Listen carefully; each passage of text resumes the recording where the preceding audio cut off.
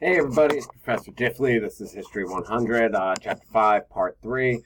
We left off here with Roman women and motherhood.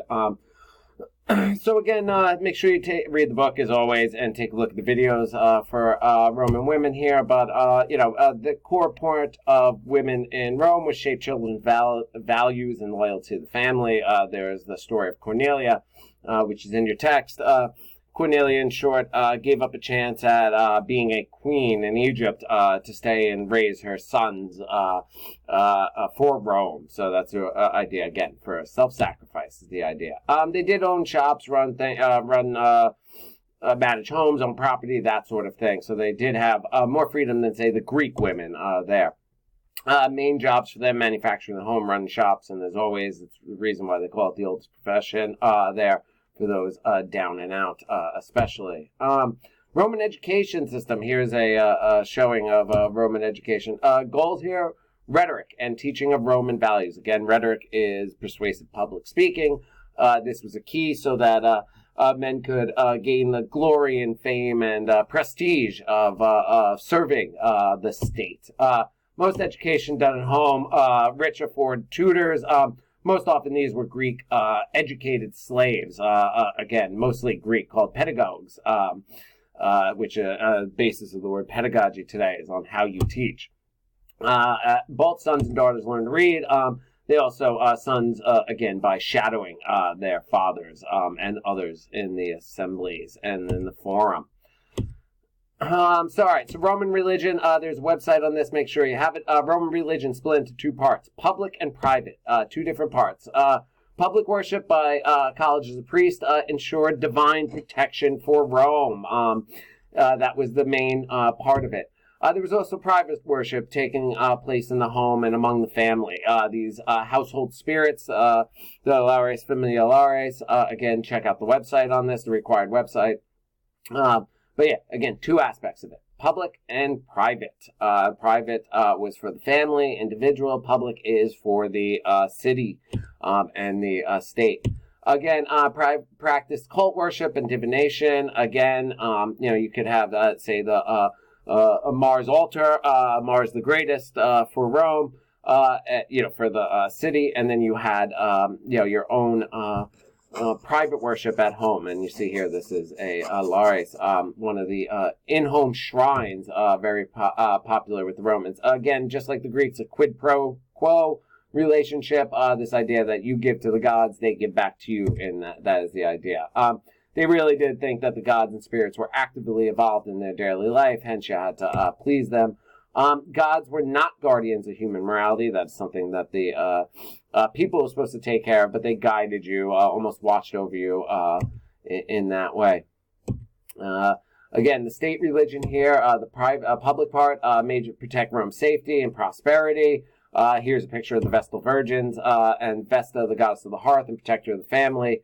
Her shrine housed the Rome's eternal flame. As long as it was burning, the idea was that Rome would be protected. Again, very good video on the Vestal Virgins and the consequences if they broke their chastity there. They would also adopt foreign gods in the time of crisis if their own gods seemed to not be working. And so the Romans were open to bringing in from the outside there. You had priests. These were usually socially elite. You had the chief priest, the Pontifex Maximus, the chief bridge builder here. Conduct sacrifices, festivals, prayers, interpret the auspices, again, trying to figure out what the gods want, but more importantly, keeping the gods happy and ensuring Rome's protection.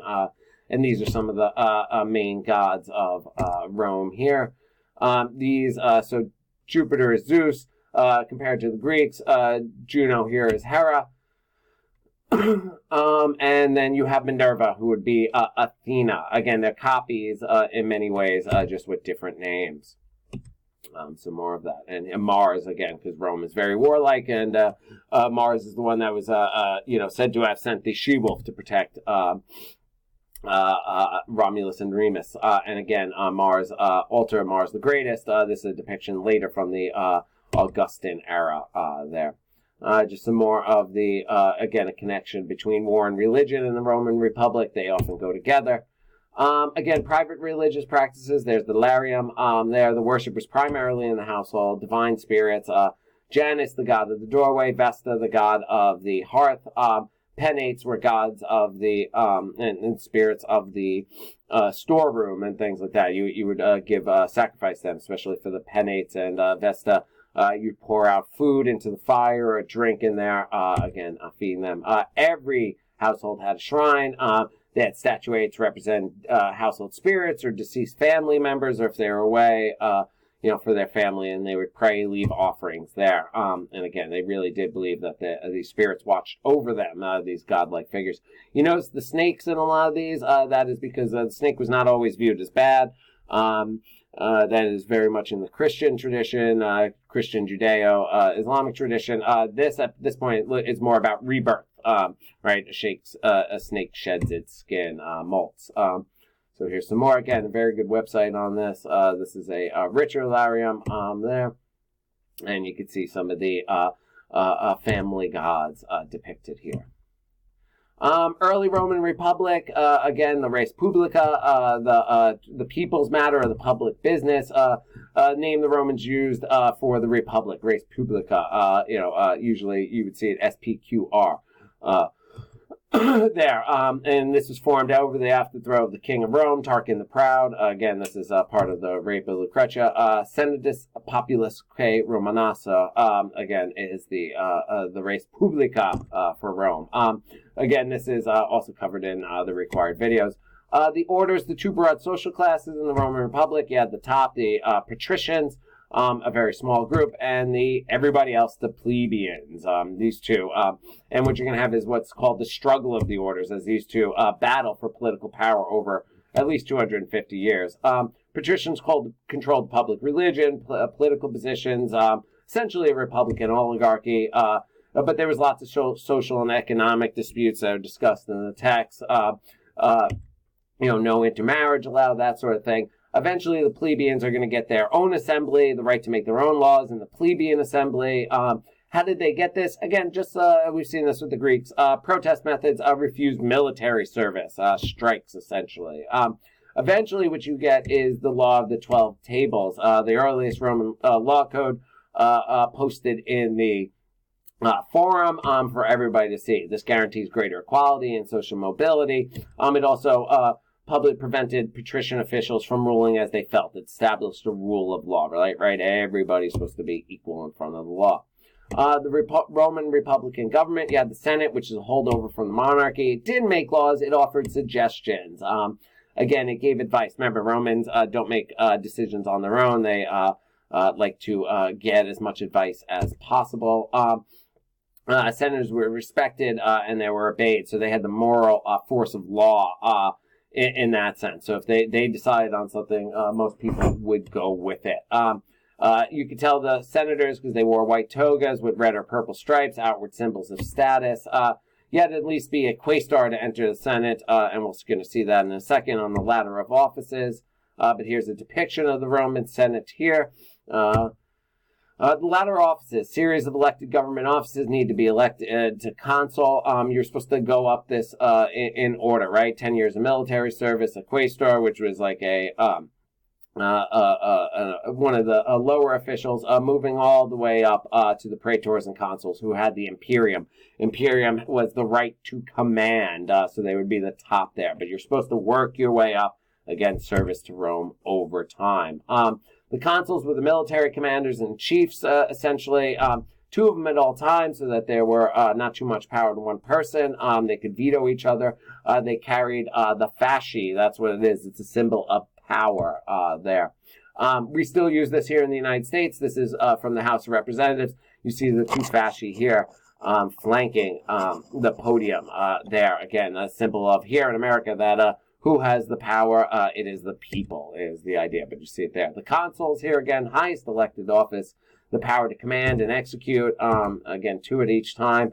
Eventually, the plebeians will make sure that one of them is one consul is a plebe as well.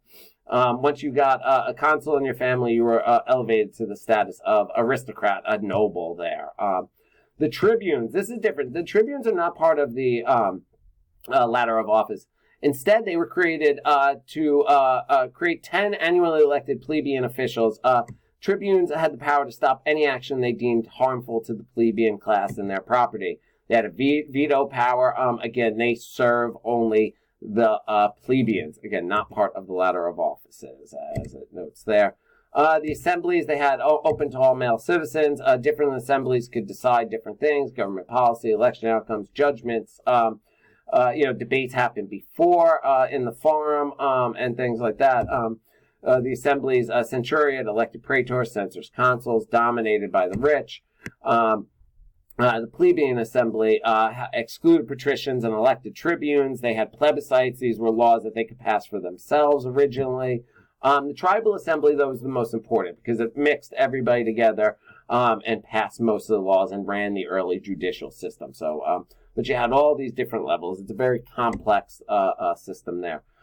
Rome begins to expand. Let's look into that here. And again, you're going to see the wars with Carthage on one of the videos there. But a Roman expansion overview is what we'll focus on here. Rome conquers the Italian peninsula, and then it begins to conquer and dominate the Mediterranean world. Why? Desire for wealth and fear of attack. Rome will always say it is fighting defensive wars, preemptive wars, that they're never an aggressor, they're not an imperial power. Instead, they are just protecting themselves there whenever they felt threatened. Really, military service is central to Roman life, and it was a cornerstone to moving up for a while at least. Expansion, they really did begin to bring in other cultures as well. Rome will adopt other people into their system. Problem for this is that the rich benefited. To be in the army, you had to own land, you had to be a farmer. At first, the problem was, though, as Rome went further and further afield in conquering, it was impossible for the farmers to get back to tend to their crops. And so often when these soldiers would go away, fight wars, come back, find that they were destitute. Their land had been sold out from under them, that sort of thing. The rich plebes and patricians saw expansion as a way to enrich themselves.